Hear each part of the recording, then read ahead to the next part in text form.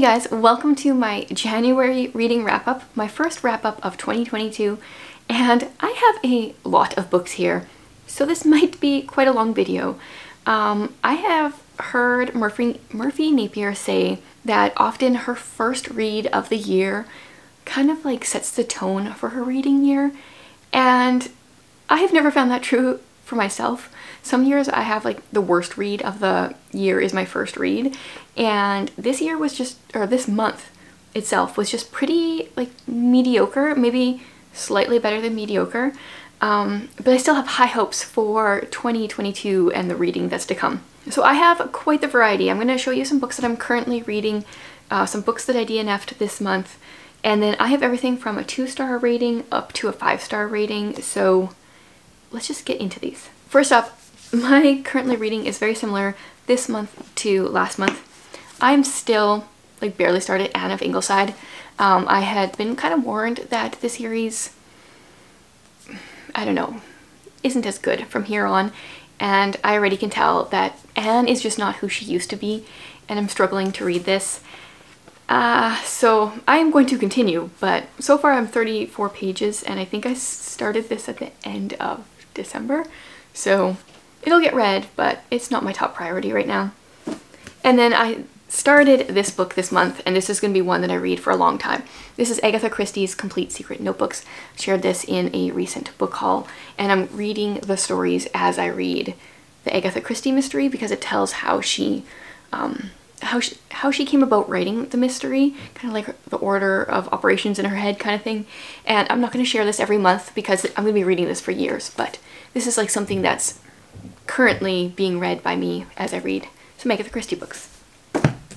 And then Oathbringer, you guys. I'm still chugging away here. I am now 400 pages in. I switched to the physical copy and I've been going through it a little bit faster this way, but yeah, Stormlight Archive, it's taking me a while. It's taking me a while, but I will eventually finish it. I think I need to do like a readathon, a weekend or something where I just read Oathbringer and try to read as much as possible because I need some motivation to get through this. Okay, and then I didn't have a ton of DNFs this month. I have one ebook that I DNF'd and then 3 physical books here. So the first ebook I did not finish is The Christie Affair. This one is supposed to be a look at maybe what happened on those 11 days that Agatha Christie went missing, and I quit it pretty early. The book, at least the part that I read, is from the viewpoint of Agatha Christie's husband's mistress, and I don't know, I just wasn't really liking where the book was going, so I quit that one.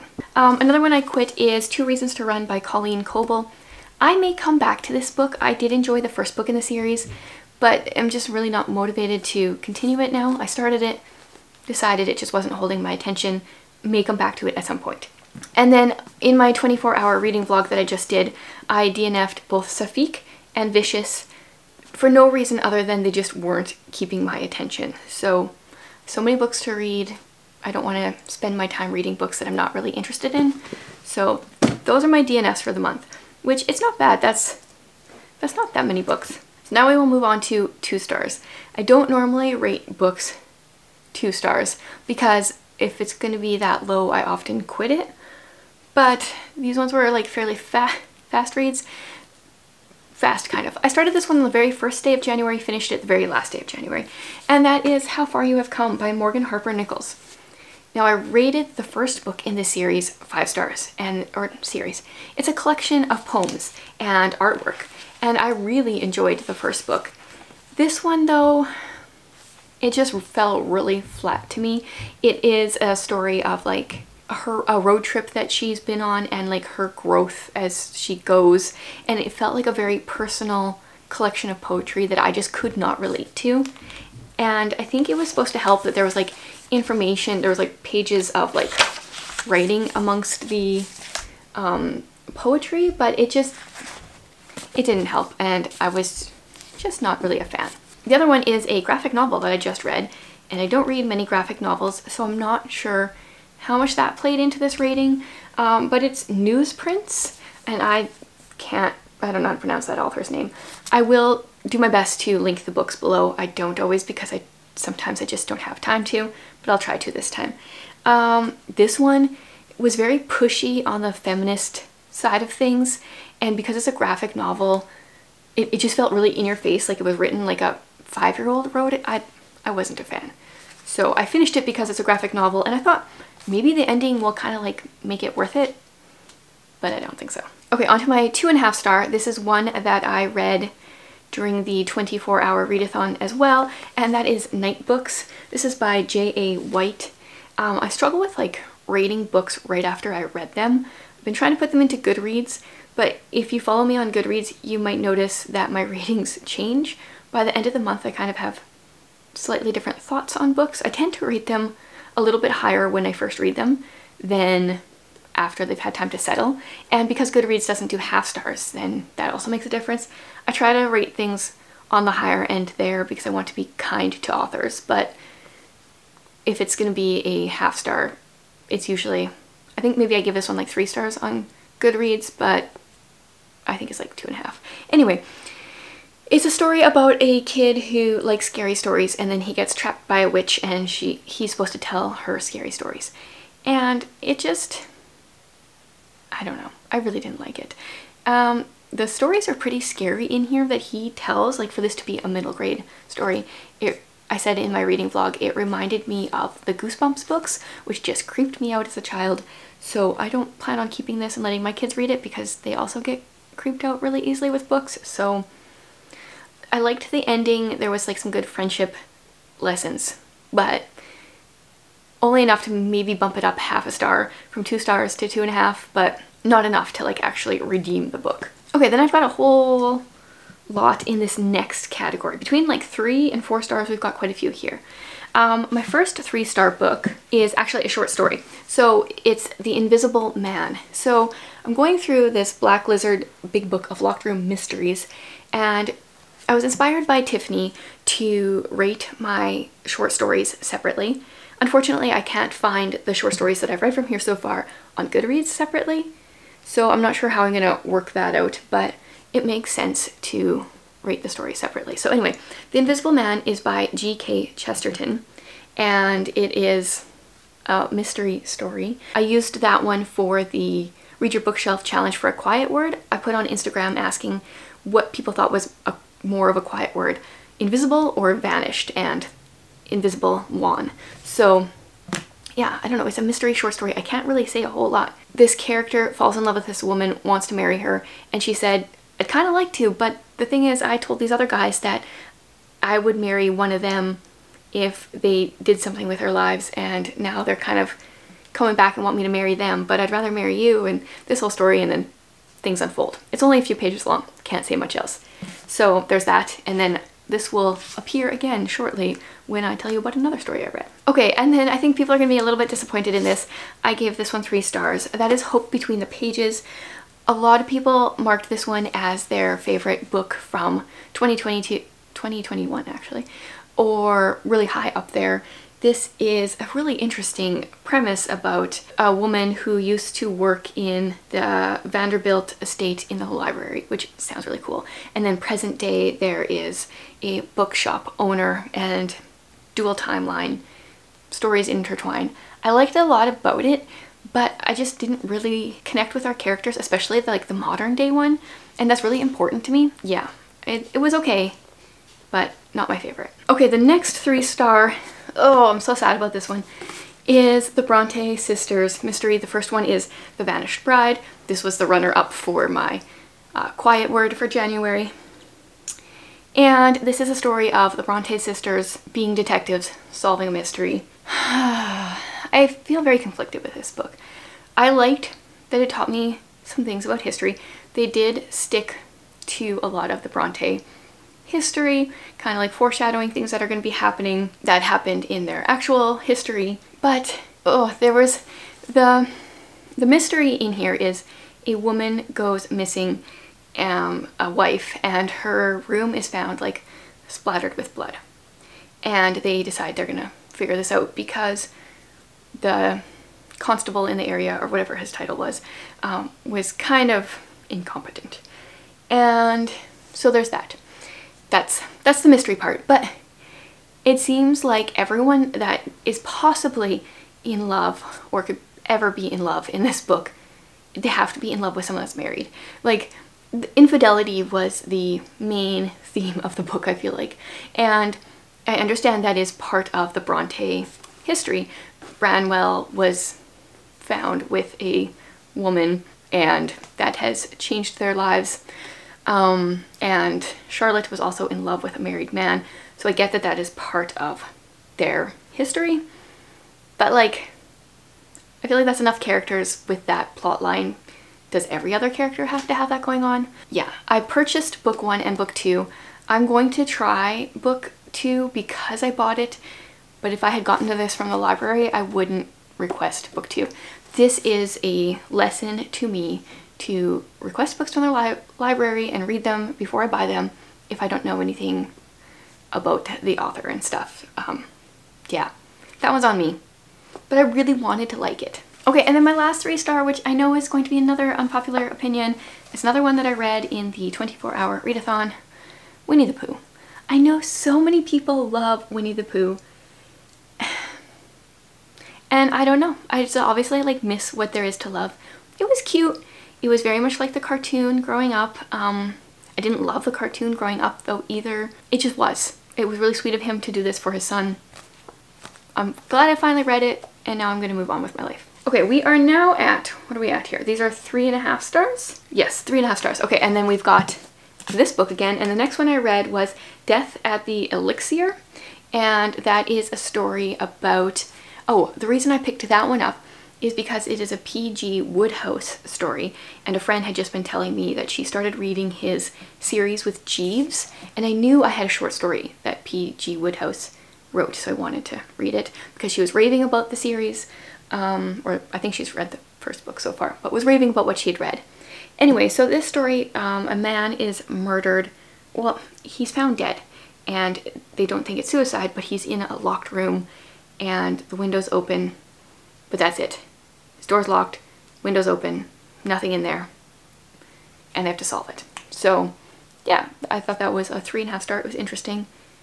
Once again, it's like a few pages, can't say much more, but I'm excited to read more P.G. Wodehouse, and I'm excited to continue with this collection because I feel like it's a good variety in here. One that I read, actually the next 4 I read at the beginning of the month for Holly and Oshina's Read in the New Year challenge.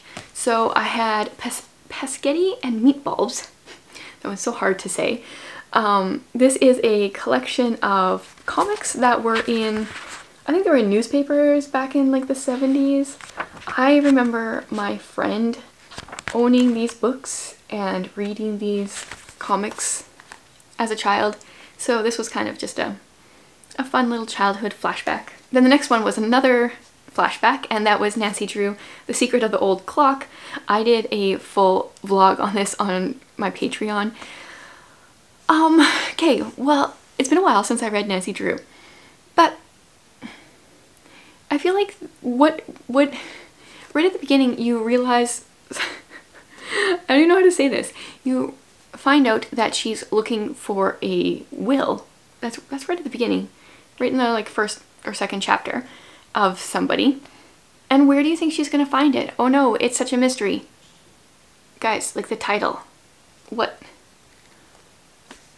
I mean, that doesn't reveal everything, and there's more stuff that happens. But I feel like, are all the Nancy Drew titles so spoilery? I'm curious.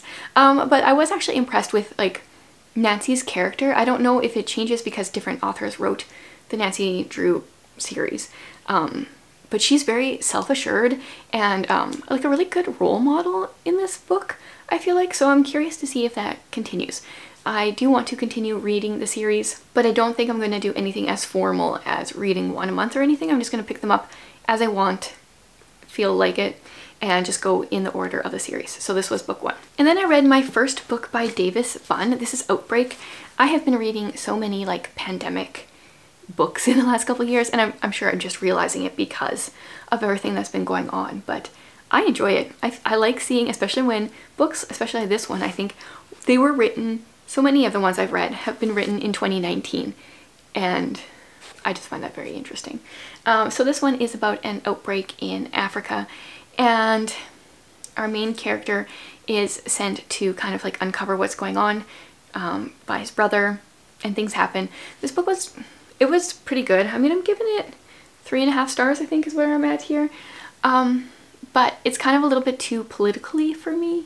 Political-y. Yeah, I'm just making up words here. So I'm kind of not really interested in picking up more Davis Bunn. I can see lots of people liking it. Just wasn't really my kind of book, my style. I don't like too much politics in my books. And then I read The Sky Between You and Me. This is a young adult free verse novel about an eating disorder.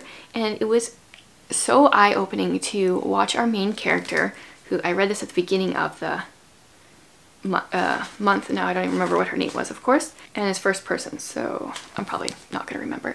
It was so interesting to see what kind of started her eating disorder and how it continued and how she started lying to people, and then kind of how she starts getting out of it. I have never experienced this, but it feels like a very accurate representation to me. And this book was gifted to me by a subscriber, which I really appreciate.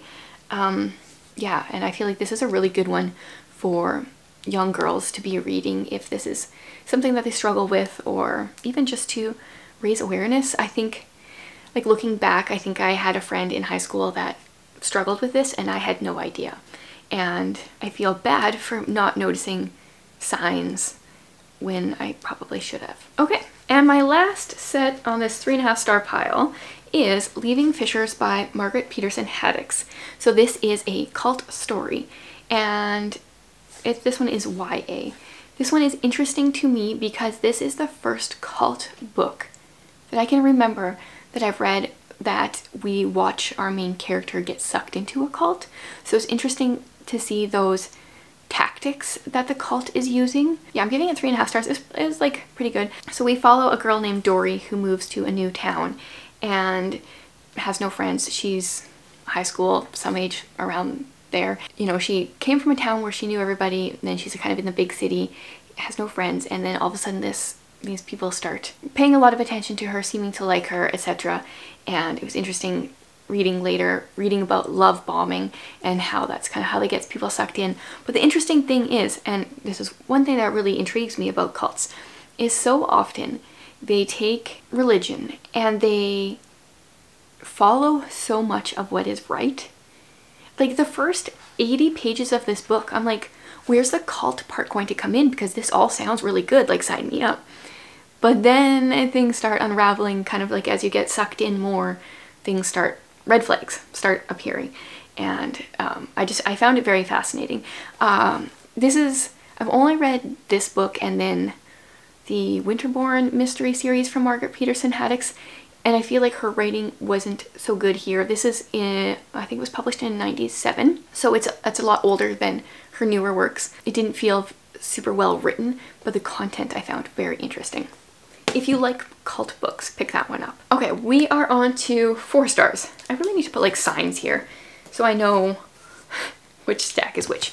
A book that I didn't really talk about much, and I didn't finish this book, but it's A Poem for Every Night of the Year, and I believe there's another book called A Poem for Every Day of the Year.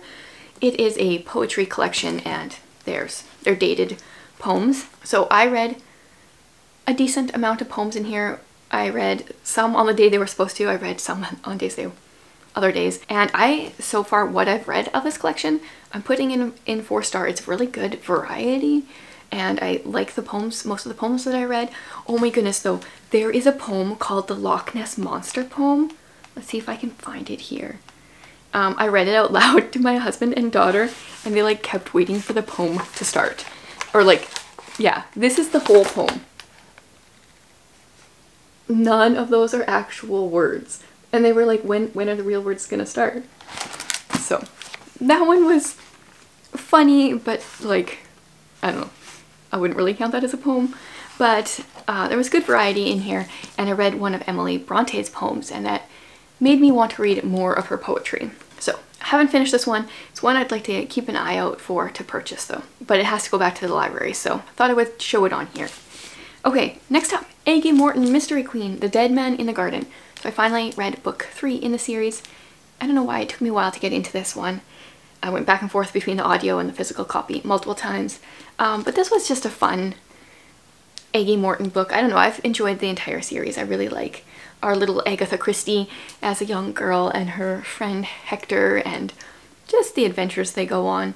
In this one they are at a spa because her mom is in need of some relaxation and rejuvenation after Aggie's father has died, and they find a dead man. They seem to find dead men everywhere, so yeah, and then they try to solve it.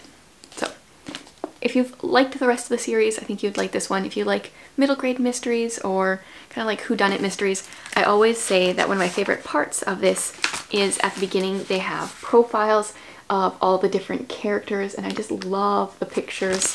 So there's those ones and then these ones. It's always my favorite part of the books. Oh man, stacks and stacks of books. Okay, next 4-star, Crooked House. So I did a video solving Crooked House this month. Had so much fun with it. I really want to watch the movie. Got it out from the library.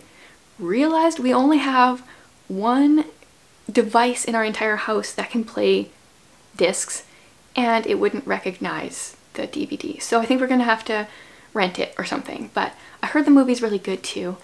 I had a lot of fun trying to solve this one, and you'd have to watch the entire video to see how that went. But this one is about a family where the grandfather has died, and all the family that live in this huge house are kind of like suspects. And yeah, I won't talk too much about it since I have an entire video about that.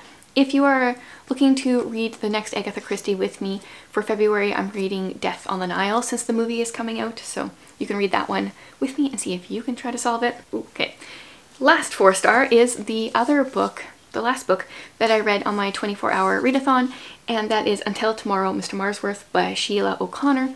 This one is an epistolary novel. It's all told in letters between our main character, who is a paperboy, newly moved into this town, and she's trying to get to know the people on her route, but this one guy, Mr. Marsworth, doesn't leave his house, so she starts writing him letters, and she is a pen pal. She writes him like 3 letters a day, like she's very excited to be his friend.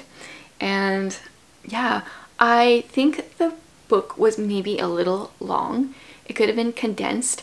I really liked the beginning and I really liked the end. The middle dragged a little bit, but the ending was worth it, I think. Yeah, so if you ever need a book for an epistolary prompt or something like that, I would recommend this one. Okay, now we are on 4.5 stars. I cannot believe this book is getting a 4.5-star rating.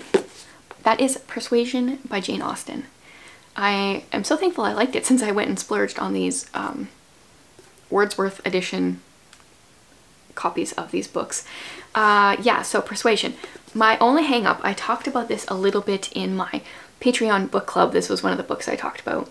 There are 4 guys named Charles in this book. So this is just a little bit of a problem I have with classic literature. Like, surely you knew other men with other names. Like, there's Charles, the kind of like the main character, and then his son's name is Charles, and then the original Charles, his cousin's name is Charles, and then there's a Charles that's kind of just mentioned in a letter, but it's a different Charles than all the other Charles.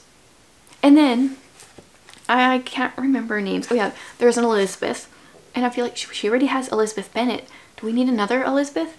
And there was another name too. It's just like Jane Austen wasn't very creative with her names, and I wish she would have done better than that. And like, speaking of creative with her names, then she went and does Fanny for Mansfield Park, and that's just a terrible name. Like, not, yeah, she needed help with her names. But I really enjoyed this book. I was picking this book up instead of other like more modern books that I was reading, and so I'm excited to continue on reading more Jane Austen, and then I also want to reread the ones I had previously read. So I enjoyed this one. Okay, and then one 5-star, but this one was a reread, so I didn't really share about it many places, and it's nonfiction. This is A Waking Wonder, opening your child's heart to the beauty of learning. And I think I had only read it for the first time like in April, and I already reread it now in January. I have so many spots in this book where I have like doggy-eared and that doesn't even include all the highlights. Just every page in this book has some kind of highlighting from me. It's a very inspiring book for homeschooling and parenting and such like that. Not normally the kind of stuff I share here so much, but I really like this one. And pretty much everything else by Sally Clarkson. I am actually in the middle of reading a book by her and another book by her husband as well. I didn't share those in my currently reading. So I think, oh, I didn't share one more book that I was currently reading. The Chemist by Stephanie Meyer. I started that in my 24-hour readathon as well. I think I'm like 60-some% through. I'm enjoying it. If you enjoyed The Host so far from what I've read of this book so far, I would think that you would enjoy this one, but I have to wait until the end of February to say for sure, until I'm done the book. So there you have it. If you guys want to follow me on Goodreads, I will leave the link below. I always forget to do that. I'm trying to get better at updating on there. I feel like the star rating that I give my books on there, it's a little loosey-goosey.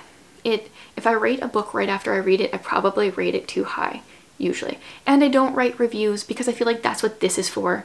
And I don't actually like physically writing reviews. So you can follow me on there, but you may or may not learn much. So thanks for watching, guys. Let me know what were some of your favorite reads from January. I really need some like good 5-star reads for February. So send me some good suggestions in the comments. Thanks for watching, guys.